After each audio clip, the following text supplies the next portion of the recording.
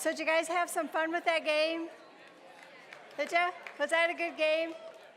Yeah. I have to say, I saw some crazy words while I was walking around, though. Not usually see those words in my marriage. Are you on? I'm on. Okay. Are you Am on?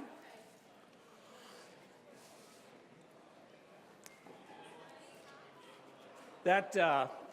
That was a lot of fun. There were a couple interesting words out there. First of all, there's one table in particular. It's trying to find it. I think it's right in here. They had some of the craziest words. Most tables had sexy. Then they had quickie. A table over here had sexy, and coming off sexy was sick. So Now, I saw the table over there that said sick, sex. sick sex. Yeah. I think there's going to be a whole new Thank you. sermon series coming up. I think so, too. Tom, are you taking notes? Well, speaking of Tom, Yes? the wedding game, he won. He and Erica won. But some of the words they were matching up, I was quite surprised by. Really? Yeah, I don't want to go into it, but I was quite surprised. You know, I actually saw a couple over there that he had put down for the cereal Captain Crunch. Okay? Captain Crunch, okay. Captain Crunch. I could see where a man might think of himself as Captain Crunch. And she put down Fruit Loops. And he's like, what is that about?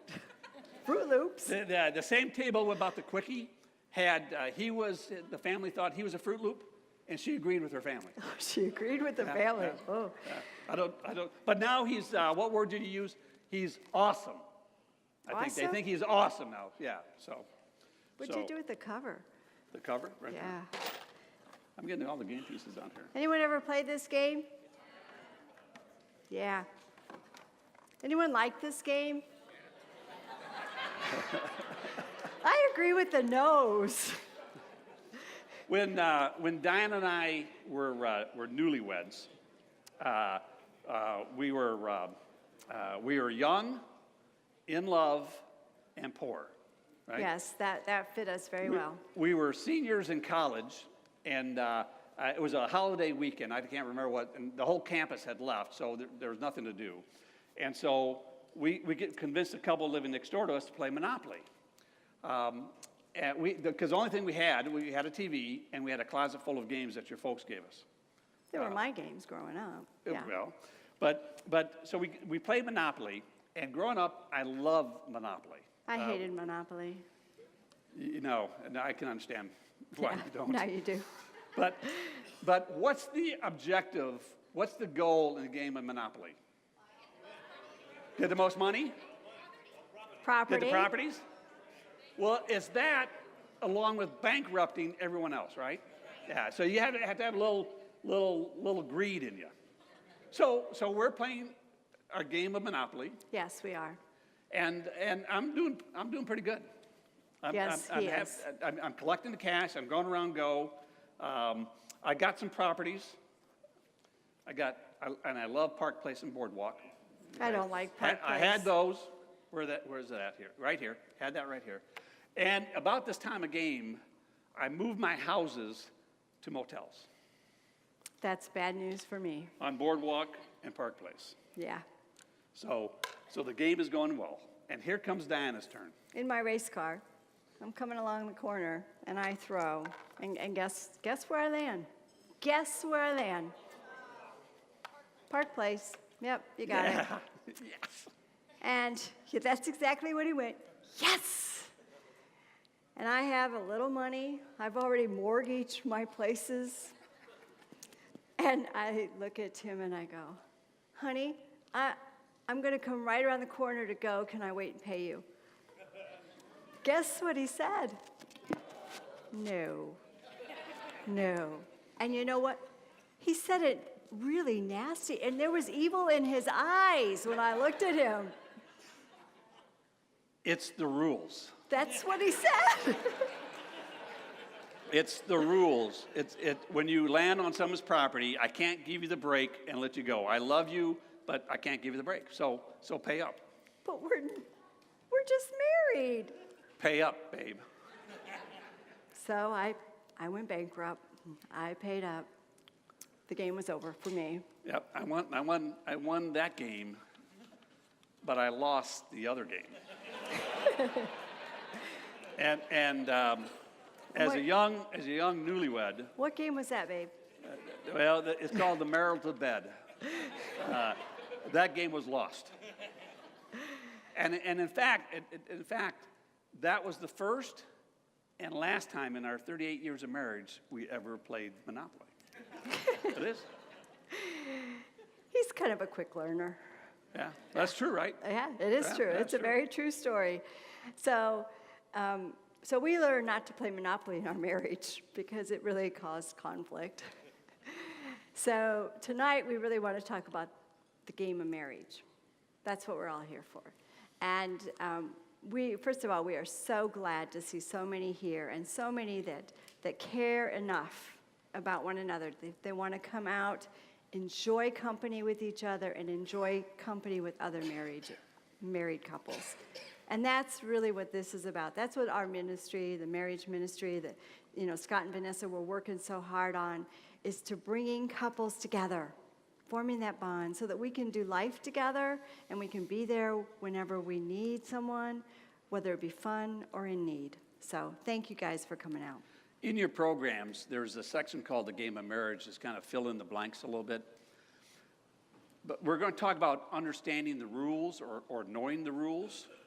And just like in our game of Monopoly here, but just like your games, the Newlywed game we played tonight, you had rules. In the Scrabble game tonight, you had rules. And in fact, in the middle of the Scrabble game, we changed the rules. And in fact, someone over here said, "Why'd you do that?" Because we can. Just like life though. Just when things are going well, I've got a job, I'm making some money, we're starting to put some money in the bank, all of a sudden we get the car accident. Or all of a sudden the baby comes. Or for some of you, all the kids now have left. That's a life change of the rules. But then they came back. And then some of them are coming back. So it's not fair that life changes, that the rules change. But as a married couple, you got to understand what the rules are. So the first slide, if we can go up there, is in your program, write in that by knowing the rules, you also need to understand that we interpret the rules differently. And why do we interpret rules differently? Well, because we're different. Tim and I both have a different personal style, and my personal style sometimes doesn't really jive well with his personal style. Sometimes his doesn't jive well with mine, and that can cause conflict. But it's knowing that we are different, that God made us different, that we have different personal styles. We're also gender different. I'm female, and he's a male. Yes, I am. And that causes some conflict, too, in our marriages. So it's just being different. And then another reason is that we both have different life experiences. I grew up in a family of 3, and I was like more of an only child because I was the baby by quite a few years. Tim was one of 10, and he was right smack in the middle. So our families were different. Our life experiences were different. And that causes us to perceive rules differently. And just because it's different, and she interpreted the game of Monopoly to be a relationship building game, I deemed it to be a cutthroat game. The key for us to understand, though, is to talk through and understand why we interpret differently. The way we coach others is that the way you understand your differences, the way you understand how you interpret differently, is you take 2 chairs like this and put them side by side, and you spend 33 minutes with each other, and you talk. Not 29, not 35, but 33 minutes. And what do you talk about? Well, you talk about what matters to you individually and what matters to you as a couple. So if you need to talk about money, you talk about money. If you need to talk about children, you talk about children. If you need to talk about intimacy, you talk about intimacy. It's being vulnerable and open and learning to talk to one another. As we talk through our issues, money being one, we have to make decisions. Well, how do we make decisions? If you go to the next slide, and this is not in your program, but we encourage couples to have a mission statement for their marriage. Harborside Church has a mission statement, and it's to lead people to a growing relationship with Jesus Christ. And so how we spend our money, how Kurt and Jonathan and Tom and the elders decide how do we spend our money, how do we spend our resources, we go back to that mission. The Marriage Ministry has a mission statement. It's in your program. It says, seeking to encourage and equip couples to pursue a Christ-centered marriage. So how do we spend our time? How do we help people in that area? And that's how we decide to spend our time. And in your marriage, you need to come up with a mission statement for yourselves as to what are we all about as a couple. For Donna and I, our mission is that it can encapsulate, it's many things will catch our eye, meaning many things we'll want, the car, the house, the other things. Many things will catch our eye, but we'll spend our time and our resources on those things that capture our heart. And so as we make decisions about life, where do we spend our time? How do we spend our money? It's what is captured in our heart, and that has helped us in our decision-making process. Go back to the next slide, or up to the next slide. Diana, what is the most famous, most popular game piece of Monopoly? Do you know that? The shoe. I like the shoe. Well, I've always wrong. liked the shoe. That is not the most popular. How about the audience? What's the most popular game piece? I heard Cannon, thimble, The car. car. It's the Scottish Terrier. That's the most voted the most popular game piece ever. And the piece that they retired as the least popular Can you guess is the what that iron. is? Is the iron. You know what? That was no surprise to me. I don't like ironing. That was no surprise. Yeah. So, in the game of marriage, who are the players? Well, the game of marriage is not an individual game, but it's a team sport. It's not your typical team sport either. It's not like when you go out and play tennis, double tennis. It's not like when you're in a golf outing and you're golfing together and you're playing best ball, which is the only kind of golf I like to play. It is. I get tired of hitting that little ball. But it's a team sport. It's working together as a team. And it's talking to one another. It's forming that relationship. And it's knowing what's important to Tim and what's important to me. And it's like, you know, a team sport is working together. It's like, being in rhythm together, like Dancing with the Stars. Did anyone watch that show, Dancing with the Stars? You know, in Dancing with the Stars, they're working together to form that routine, and it's beautiful. And that's what marriage is about. There was a time in our marriage that we were taking dance lessons. Our youngest son was getting married. Are you guys taking dance lessons? Yeah, you have to, right, to get ready. And so we're taking these dance lessons, and one afternoon we have a lesson that night, and boy, we got in a horrible argument. I'm sure no one else has gotten in an argument like that. And we were so mad at each other. We weren't speaking when we got in the car. And if we were speaking, we were screaming at each other. And it was not my fault either. It was absolutely his fault. Absolutely. So we get to dance class. And, you know, what are we doing that night? Guess what we're doing? The waltz. Yes. And so the dance instructor says, okay, now get together. Put your arms around each other. Cue it. Kyle? There we go. This is not much.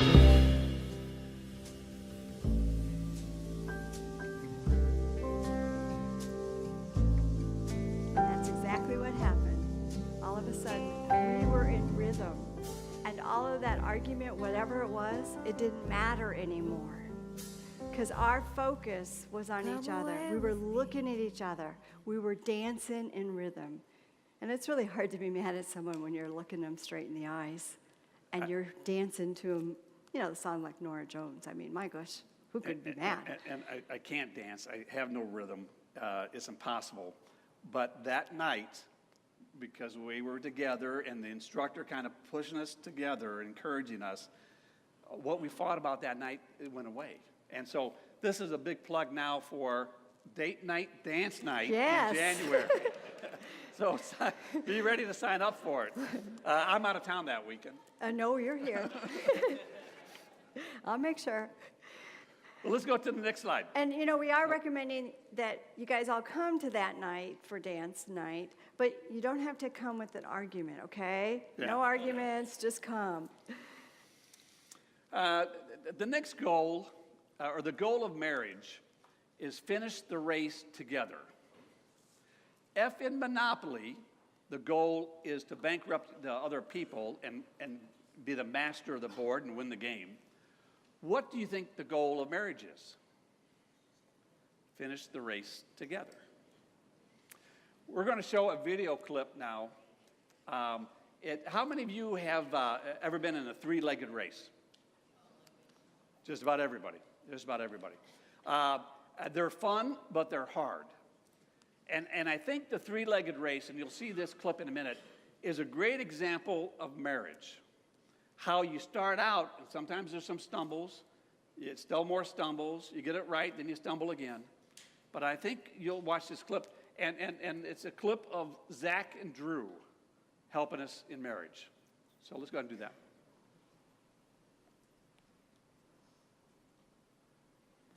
One, two.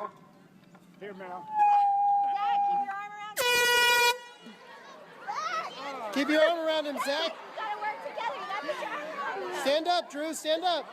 Put your arm around him. You can stack. Put your arm around him. Good job. Go, Jay, go.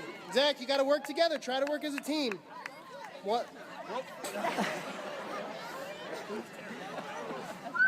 Drew's like, no running, no running. Good job. Good job. There you go. All right. All right.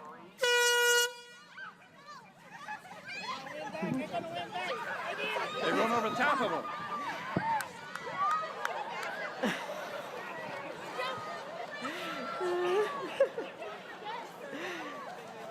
And we went last.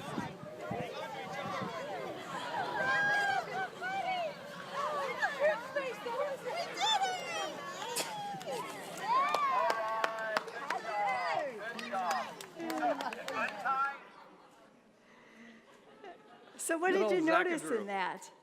What did you notice in that? I mean, when they started out, they didn't even know where to go, right? They were a mess. I mean, how do we do this? Let's just go. And they were going to go their own way. Did that work out so well? No, not so well at all. They had to learn to work as a team. But you heard on the sidelines there was encouragement being yelled out, right? Put your arms around one another. Go in step. And so people were encouraging them. And that's what happens in our marriages, too. When we get married, we hear this encouragement. It may come from our parents. It may come from our family members. It may come from friends, maybe from our pastor, maybe from a counselor. So we get all this input, and it's good. But the truth is it's our race, and we have to learn how to run it together. So the other thing I noticed about them as they get to the end, and they're pretty proud of themselves, right? They got to the end, they made it well. What happened? They had to turn around and go back. And they kind of lost their rhythm again. And so they had to refine that rhythm again. But they persevered. They persevered, and they got to the other end. They made it. And if you saw at the very end, I don't know if you saw it, but there was a woman that was leaning over them, probably. We think it was a grandma, we're not sure, but she was leaning over, giving him a hug. And I believe that's what happens when we get to heaven. That when we get there and we've won our race well, God leans over and he gives us this huge hug. He puts his arms around and he says, well done. Race well done. And that's what I want to hear, and that's what I want in our marriage. The other thing I noticed is that I think when Zach and Drew took off at the beginning, in fact, they kind of got ahead of themselves. They wanted to win the race. They didn't know how hard it was going to be, but they wanted to win the race. But at the end, they just wanted to finish the race. and finish it together.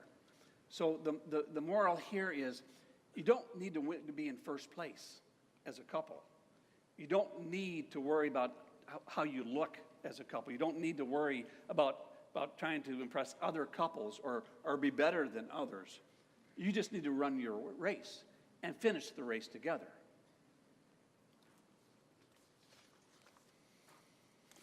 In your packages, in your programs, was a rubber band. That's a three-legged race rubber band. Actually, because our budget was cut, it's kind of a cheap three-legged race rubber band, so it might snap on you. But we've tried it, and it does work, and it's hard. It is We hard. did it in the house the other day, and it's very hard. And Tom said we could not do a three-legged race here tonight because of liability. But we encourage you at home this weekend to try it. Try the three-legged race, or at least put it around your arms together, and try to do some activity throughout the day with that rubber band. It's hard to do, but if you practice, just like marriage, if you practice, you can get it right and it can work. So we encourage you to do that. So let's move now to the next step, how to keep score. You need to understand the point system. How, 1 point. okay. You got it right. You got it right. I know. How do you keep score in marriage? Well, the nice answer was well, we don't keep score. But she keeps score. You do too. And in fact, another nice response would be, love means never having to say you're sorry. But That's if I not never true. said I was sorry, I'd be in a lot of trouble. So you do keep score. You do keep score in marriage. And guys and gals keep score differently. For guys, what do guys get excited about? We get excited for the home run. We get excited about the touchdown. We get excited about the fast cars. We get excited about the big points, the three-point shot. And so we think, in order to score points with our wives, I've got to get her a diamond ring or jewelry. I've got to get her a dozen roses.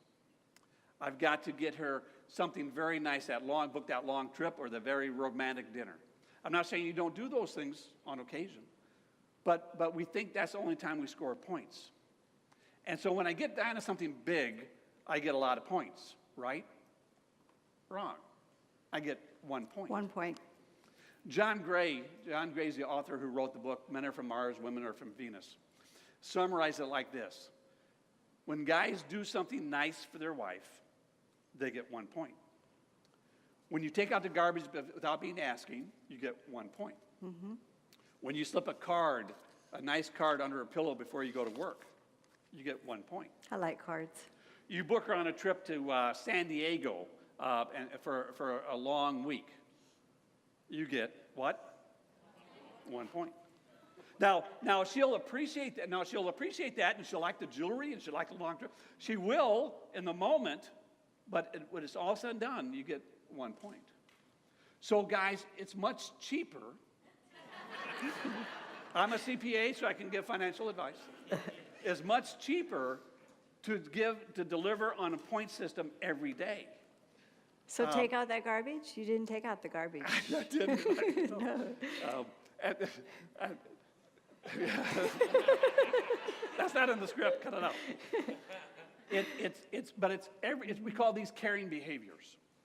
If you give your wife a caring behavior every day, something different, the garbage goes out, a card under the pillow, 1 rose instead of a dozen, just nice things, you get 1 point, and they keep adding up and adding up and adding up.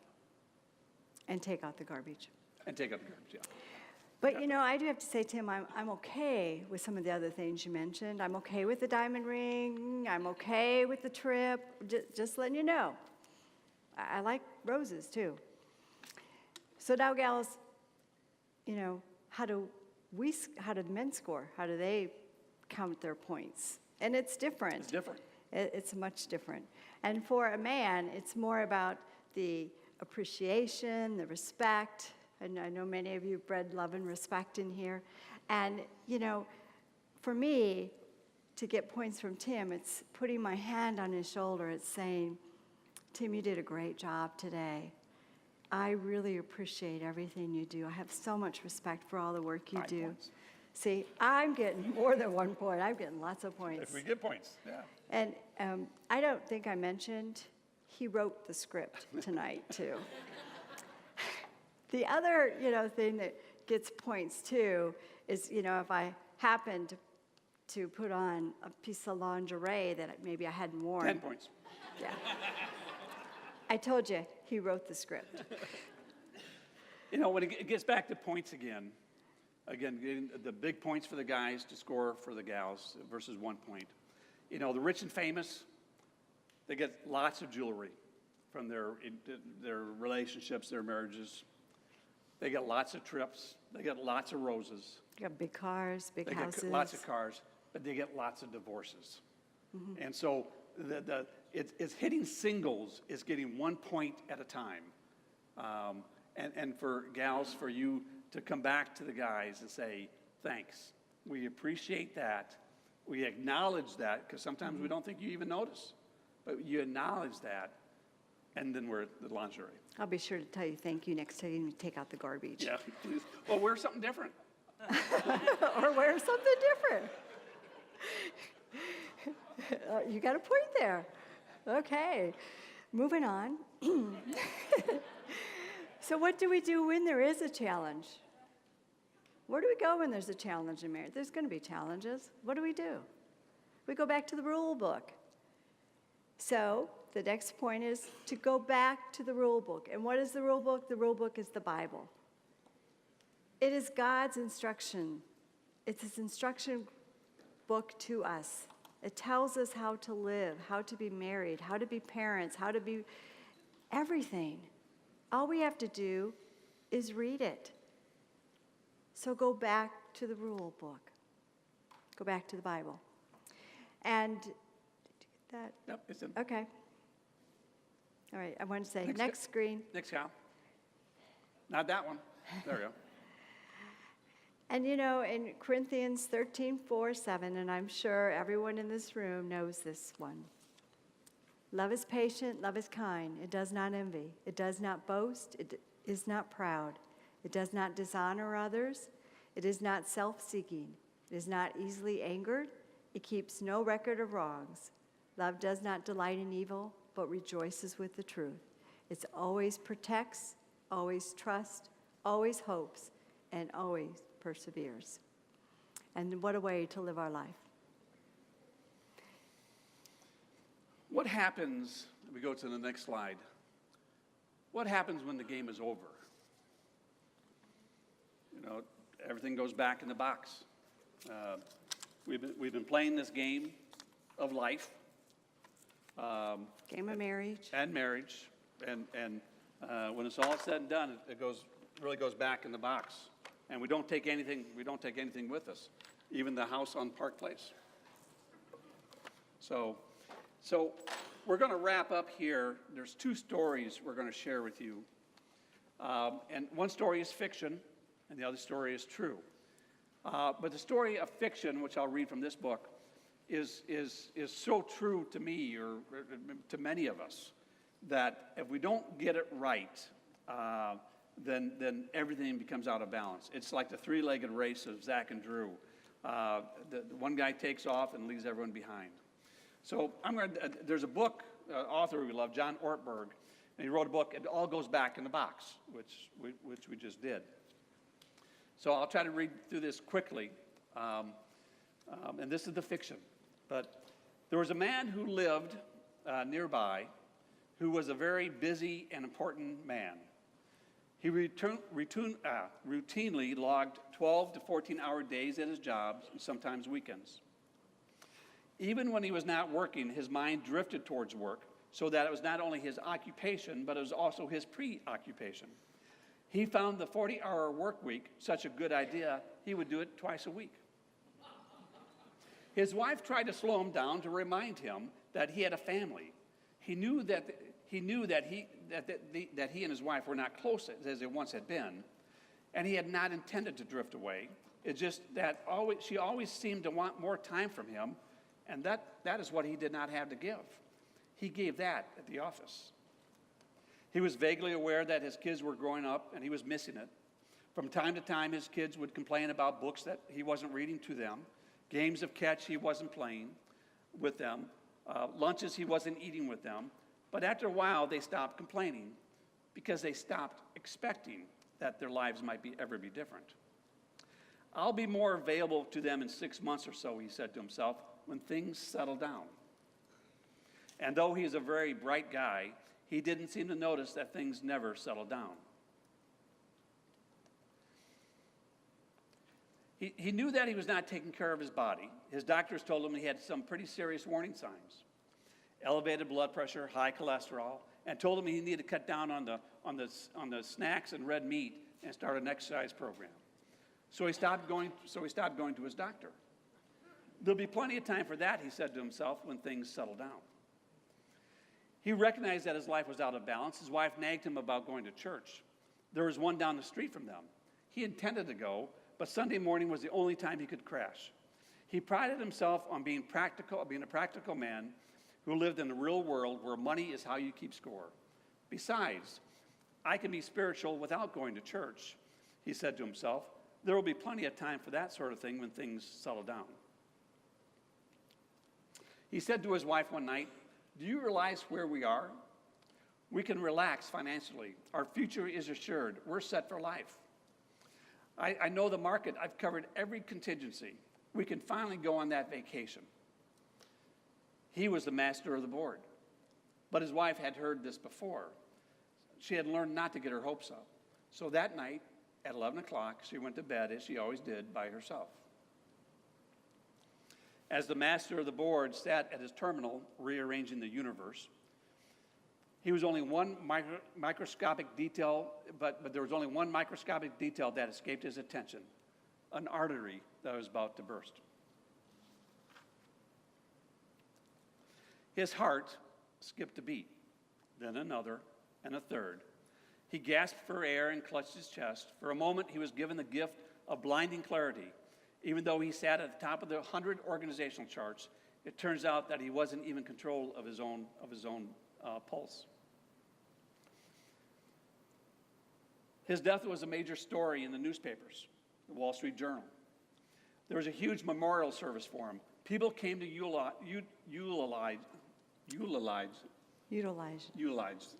to praise him. He was one of the leading entrepreneurs of the day. He was an innovator, they said, of technology. He was a man of principle. Another admirer noted his civic achievements. They had commissioned a large marble memorial column for him. On it, they wrote all these inspiring words: visionary, innovator, leader, entrepreneur. And at the top, they wrote the word, the man's favorite word, the word he'd given his soul for, success. They put up the man's memorial stone, buried his body, and went home. Then that night, when it was dark, and no one was present to note what was taking place, the angel of God was sent to the cemetery. Unseen and unheard, the angel made his way past all the other tombstones until he came to the man's wonderful memorial stone. There the angel traced with a finger the single word God has chosen to summarize this wealthy, busy, respectable, successful man's life. The word the angel wrote was fool. Now I'm going to share a different story. This is about a couple. A devoted Iowa couple married for 72 years died holding hands. They died exactly 1 hour apart. The passing reflected the nature of their marriage, where, as a rule, everything was done together. Gordon Yeager was 94, and his wife, Norma, was 90. They left their small town of State Center, Iowa, to go to the bigger town, but never made it. A car accident sent the couple to the emergency room, an intensive care unit, with broken bones and other injuries. But even in the hospital, they were concerned for each other. Norma's daughter, Gordon and Norma's daughter, said, "Mom, was saying her chest hurt. And then she'd say, "But what's wrong with Dad? Is he okay?" Now, Gordon was in another room, in the emergency room, and he's there going, "Boy, my back is killing me, but where's your mom? Is she okay? What's going on with Mom?" So they were concerned for each other. Well, that day, when it became clear that their conditions were not improving, the couple was moved into a room together, and their beds were side by side. The couple were close enough where they could hold hands, and they joined hands, his right hand and her left hand. Gordon died that day. He died at 3:38 p.m. He was no longer breathing. They did declare him dead, but the family was surprised by what the monitor was showing. His monitor still showed his heart beating. They called the nurse, and the nurse came in, and she said it was because he was still holding Mom's hand. And so her heart was coming through to his heart. The family said, "Oh my gosh, Mom's heart is beating through his." Well, Norma Yeager died that day too. She died exactly 1 hour later at 4:38 p.m. Dad used to say, "A woman is always worth waiting for," said his son Dennis. Dad waited an hour for her, and I know he held the door open for her. This vibrant duo had a very, very full life. They worked as a team, they traveled together, they were in bridge club together, and they even worked together in a business. They always did everything together. Dennis described his father as an outgoing and hyper man who was still working on the roof of his house and sitting cross-legged with no problems at age 90. The party never started until Dad showed up. And he was outgoing, and she was the one who supported him.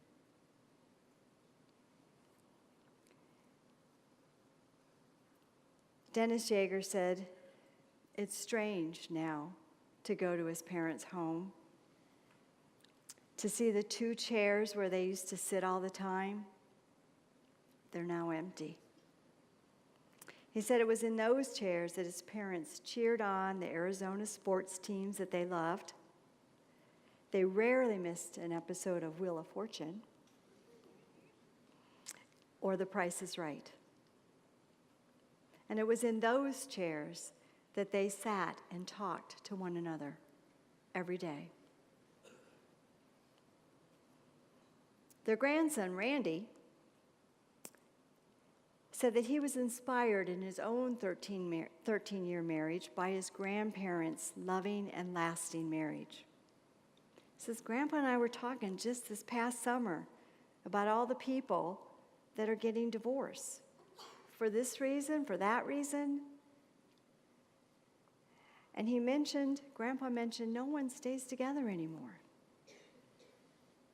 Randy told him, "You know, my wife Mara and I, we're never going to get divorced." And Grandpa said, "That's because you're old school. You're like me." Randy says, "You know, that's one of the greatest compliments I could ever receive, and one I will strive to live up to for the rest of my life." Well, at their funeral, the children asked, their life has been together, always. So we'd like to have them buried in a casket together, holding hands.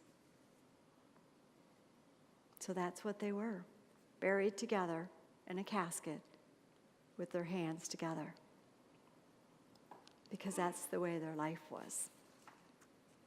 And that's what our game of marriage is about. It's being together, it's playing it together, it's holding hands until death do us part. the contrast of the man, the master of the board I read about versus the couple here. Imagine the point system that they had been accumulating. Lots of jewelry for his wife, I'm sure, 1 point.